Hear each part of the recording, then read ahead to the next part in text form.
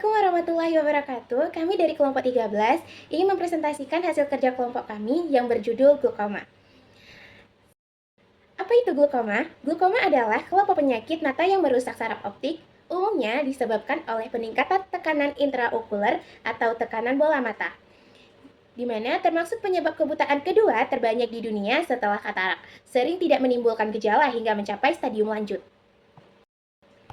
Ini adalah anatomi mata dan mekanisme glukoma.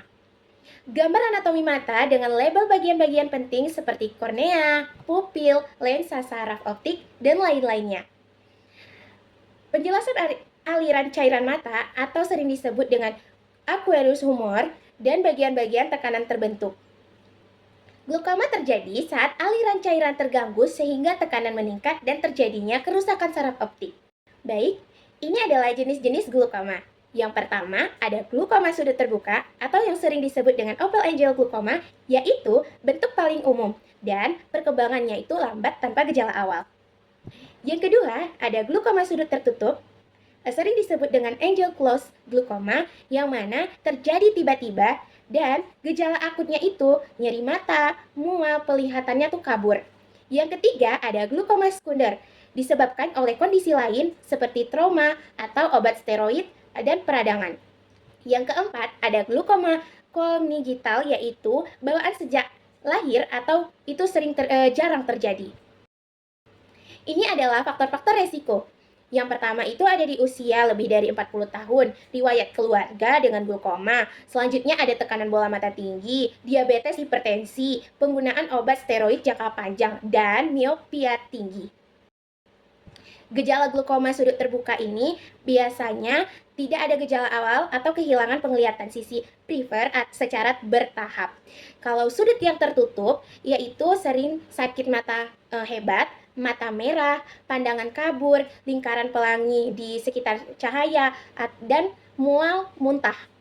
Selanjutnya ada diagnosis. Yang pertama, pemeriksaan tekanan intraokuler. Yang kedua, ada pemeriksaan saraf optik. Yang ketiga, ada tes lapang pandang. Yang keempat, ada OCT. Apa aja sih pengobatannya? Yang pertama, obat tetes mata, mengurangi tekanan bola mata. Digunakan pertama kali pada glukoma. Yang kedua, obat oral, misalnya acetazolamid, diberikan bila obat tetes tidak cukup efektif. Yang ketiga, laser, trabekuloplasti iridotomi. Prosedur menggunakan sinar laser untuk melancarkan aliran cairan mata. Yang keempat, operasi trabekulektomi implan saluran pembuangan. Dilakukan bila obat dan laser tidak berhasil. Selanjutnya ada pencegahan dan deteksi dini. Pemeriksaan mata rutin, terutama bagi usia yang lebih dari 40 tahun, edukasi masyarakat tentang glukoma, kemudian kontrol faktor resiko, DM, dan hipertensi. Studi kasus. Identitas pasien yang berinisial Nyonya S, perempuan 48 tahun, datang ke RSUD Karanganyar dengan keluhan penglihatan kabur mata kanan sejak 2 minggu dan mata terasa nyeri serta merah, tidak ada riwayat penyakit mata, trauma, atau penyakit sistemik sebelumnya.